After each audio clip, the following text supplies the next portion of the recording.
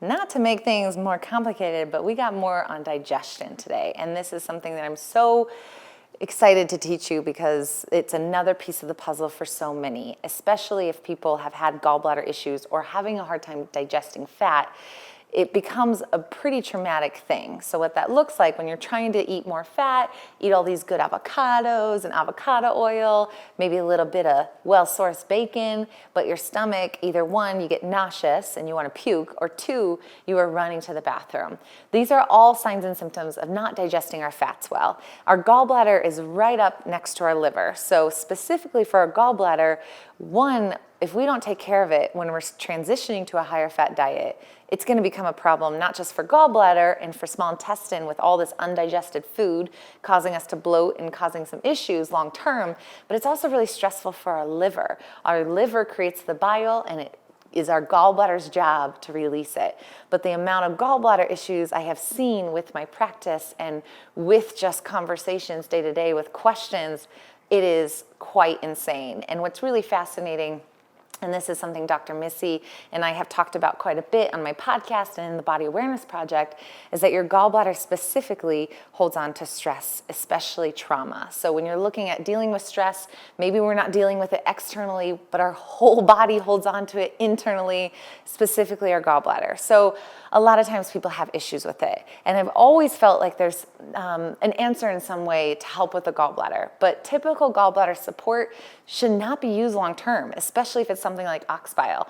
You don't want, if you have a gallbladder, to constantly be taking something like ox bile to replace the bile that you yourself are trying to create. Our body's smarter than that, so it's never going to learn how to make it itself if we are constantly giving it to our body. So I am extremely proud and excited about my gallbladder support, not just because it has the essentials to kind of help with bile production, but it's just a really good overall supplement that if you're trying to eat more fat and help improve fat digestion, this is an amazing place to start.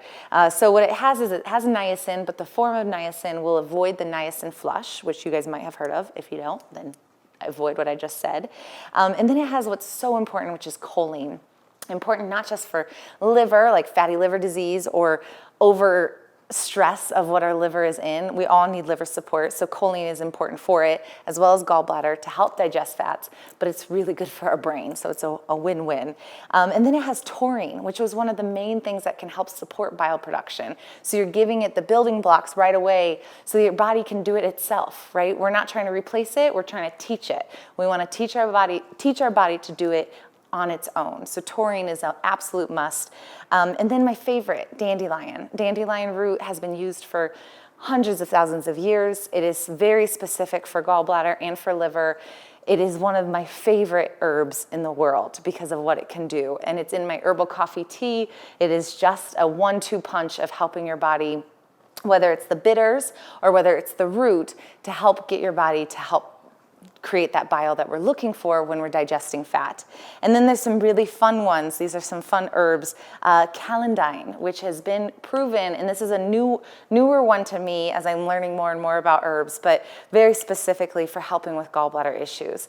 So lots of great ingredients, but all really herbal, really natural. Again, not replacing, I'm so excited, I'm spitting, not replacing what our body is supposed to be doing, but really working at the building blocks of how we can get our gallbladder to do what we want it to do, especially as we eat more fats.